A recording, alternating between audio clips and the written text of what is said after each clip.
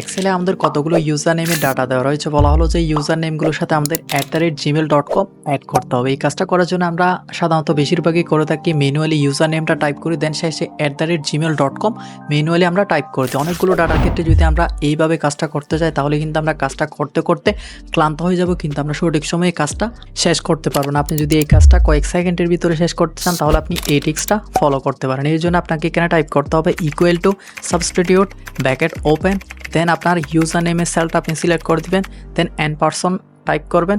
এরপর আপনি double quotation open @gmail.com type করে ডাবল কোটেশন ক্লোজ করে দেবেন। একটা কমা দিয়ে double quotation open and close করবেন, আবার একটা কমা দিয়ে double quotation open and close করে এন্টার প্রেস করার সাথে সাথে কিন্তু আপনার ইউজার নেমটার সাথে @gmail.com অ্যাড হয়ে যাবে। এরপরে আপনি সবগুলো ইউজার নেমে যদি ফর্মুলাটা অ্যাপ্লাই করে দেন তাহলে কিন্তু আপনার সবগুলো ইউজার নেমে @gmail.com অ্যাড হয়ে যাবে। ভিডিওটা ভালো লাগলে অবশ্যই নিচের লাল বাটনটাতে ক্লিক করে যাবেন।